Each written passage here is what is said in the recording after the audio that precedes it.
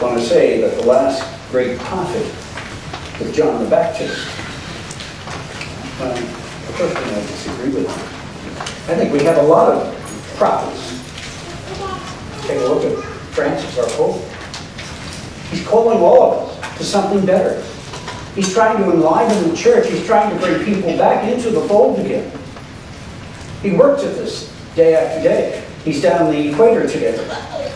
And he's trying to bring those people back into the pews once again, through his words, through his actions. So there are many prophets around. Prophets come in all colors, all creeds, all nationalities. Doesn't make any difference. Prophets are around. I'll tell you a little story about another prophet I think is a prophet. His name is Spence. And before he was born, he suffered a stroke while he was in the womb of his mother. And after he was born, being raised up, went to school, he was around the 2nd grade.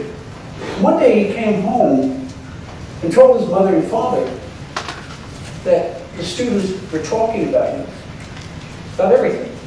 That he couldn't get into games, he couldn't play sports, this and that and everything else. So the parents, of course, being a parent, you would know, are a little upset.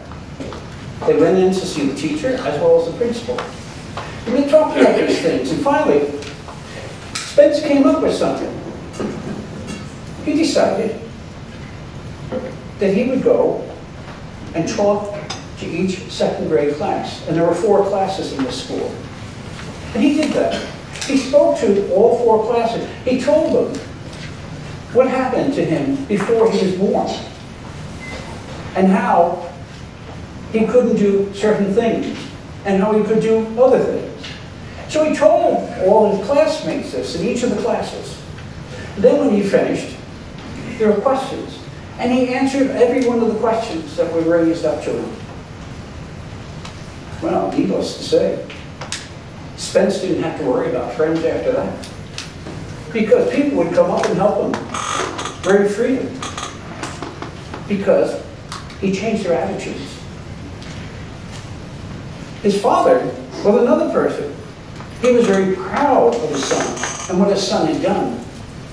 But it also left an imprint upon the father. Because the father admits that, hey, I had all sorts of problems. And I never really brought attention to them and tried to take care of them and handle them. But seeing what my son has done has moved me to get help. And he did. It took him a couple months, but he worked on it. And he was so thankful for the courageousness of his son. You know, many times we think we have a lot to give to our kids, and hopefully we do. But sometimes that coin is reversed. Sometimes our kids have a lot to give to each of us, if we open our eyes and pay attention, no matter what their age. They could be 5 years old, they could be 12 years old, doesn't make any difference. Sometimes words of wisdom come from their mouths. See, we cannot lock people in a box. Because if we put people in a little box, what happens? There's no elbow room. There's no way to spread your wings. There's no way to be yourselves. And so many of us are pigeonholed. I can only talk from my own experience. Because many people put me in a box. We still do, I guess. But I don't worry about that. Because I can spread my wings. I can be who I am called to be. And that's what we're all called to be. Our own selves. Not something that's in a box and say, here, take it. Remember, for those of you who are older, remember when you were growing up and you got into high school and you were in your junior or senior high and you were preparing, hey, let's go to college or university, where I'm going to go. And maybe your dad or your mom said, oh, you're going to go to X school or Y school, whatever it was, because that's where your parents went. What are you doing? You're boxing somebody in. You're not giving them room. Maybe that's not where they need to go. Maybe their interests are elsewhere. We have to listen. You know, a difficult time for a lot of teenagers, both boys and girls, are going through difficult times in their lives. We need to listen to them. You really need to listen to them. Because look back at your own years when you were a teenager. Look at the struggles you had becoming a man or a woman and the things that you had to go through. Well, your children going through exactly the same. Don't box them in. Listen to them. Be open to hear what they have to say. See, this is the problem.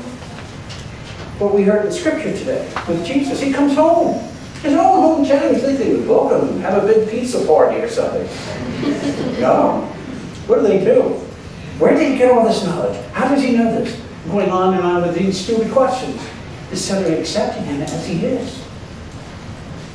He didn't do much in that town. He healed a few people and left. Because their hearts were closed. They had boxed him in. He couldn't really do what he came to do.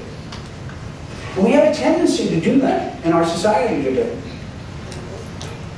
And we're not called that. We listen, and we can all become prophets if we listen carefully. You listen to the words of Pope Francis and what he does time and time again. How he, a few months ago, talked about politicians and what their responsibilities are as politicians. To look and take care of the people who put them in office. Not to be there for their own purpose, but to be there for the purpose of the people who elected them. He said that. He said so many other things. And we listen to what he's saying. He can change our minds. Don't let yourselves be put in a box yourself. Get rid of it. Be able to spread your wings. Just like Spence did. What he did, he went in, he spoke to his classmates. Told them everything. And because of that, as I said before, he changed their attitude. And if you and I can become whom God has set us to be, others can change their attitude toward each of us. But the most important attitude is the one that God has for us. Now, just like Spence spoke to his classmates, one day you and I are going to have to stand before someone else. That person being God. And what are you going to say? If you've been boxed in all your life, you're not going to say much, are you? But if you haven't then, just imagine.